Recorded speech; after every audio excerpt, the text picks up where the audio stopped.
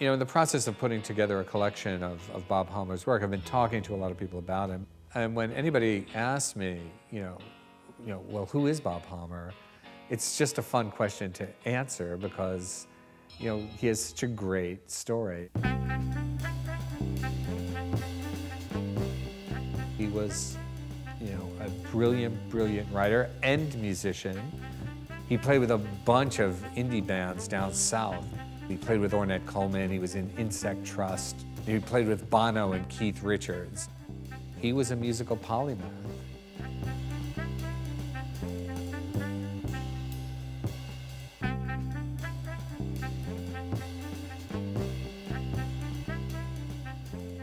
He was a jazz critic for Rolling Stone, the first chief pop music critic at the New York Times. He wrote a tremendous amount about rock and roll. He was a guy who wrote Deep Blues, still the definitive book on the blues.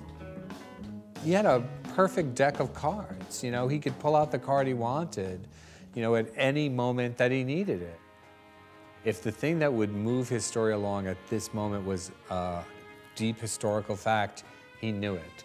If what was called for was a kind of beautiful, poetic, kind of scary, mythological story, he knew that.